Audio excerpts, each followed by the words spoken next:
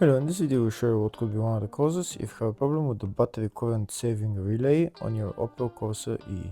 One of the causes could be a blown relay, so here in the video we'll show you the location of the battery current saving relay. Before I show you the location of the fuses, first I'll show you how to test the fuses, if they're good or bad. I'll show you how to test the fuses using a multimeter and a test light.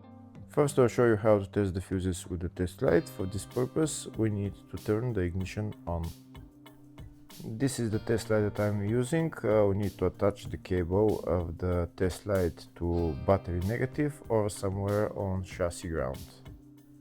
Then we're going to start testing the fuses with the test light. On the fuses there is two pins, you can see them right there before the 30 and after the 30. There's two pins where we touch them with the test light, and if both pins light up, that means the fuse is good. If only one pin lights up, that means the fuse is bad.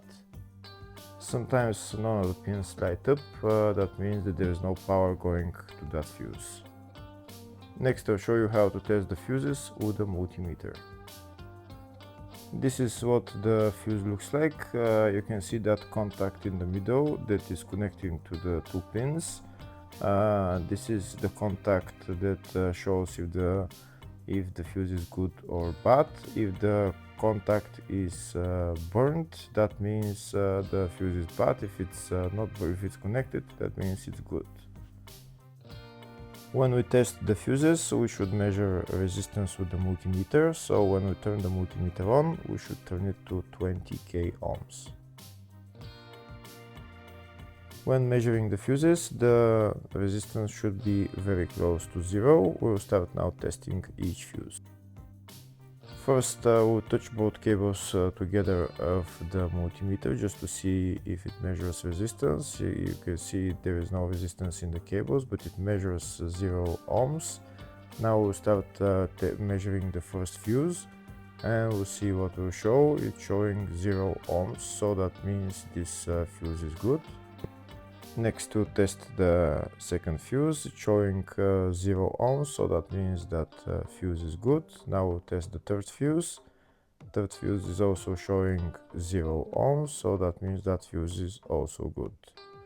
Next we'll test the fourth fuse, and it doesn't show 0 ohms, it says 0L, which means open circuit. That means that fuse should be bad.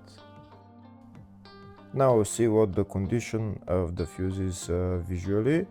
We can see that contact in the middle that's connecting to the two pins is broken, so that's why it's showing open circuit. That means the fuse is bad, so it needs to be replaced.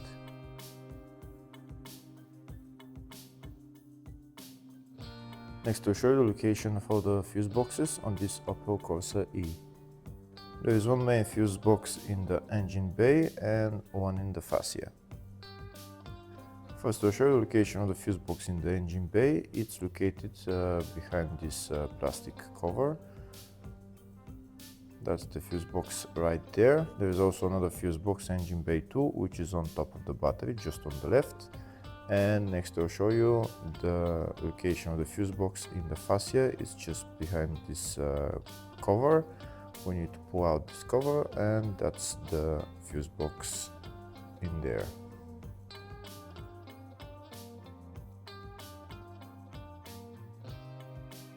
Next I'll show you a diagram of all the fuse boxes on this Opel Corsa E. There's two fuse boxes in the engine bay 1 and engine bay 2, and two in the fascia 1 and fascia 2 fuse boxes. Next we'll show you the location of the battery current saving relay on this Opel Corsa E. The relay is located in the fascia fuse box, and the relay is number 6 relay. Hopefully the video was helpful. Please like and comment on the video and subscribe to the channel. Thank you.